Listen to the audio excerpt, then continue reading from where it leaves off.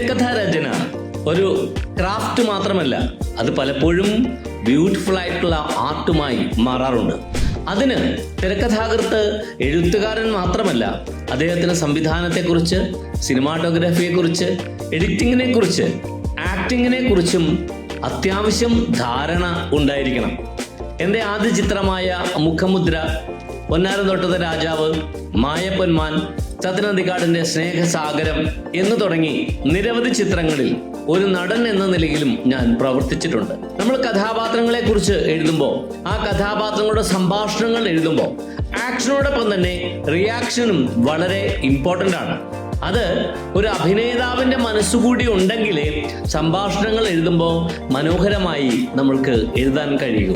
എൽറെക്സ് international script writing academy offline മാത്രമല്ല online ബാച്ചുകളും ആരംഭിച്ചിരിക്കുന്നു.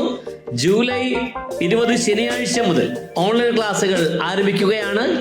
എത്രയും പെട്ടെന്ന് നിങ്ങളുടെ പേരുകൾ രജിസ്റ്റർ ചെയ്യുക. പ്രൊഫഷണലായ, അക്കാഡമിക്കലായി തിരക്കഥ എഴുതാൻ കഴിയുന്ന ഒരു റൈറ്ററായി മാറാം. All the best. Welcome to Elrex international script writing academy.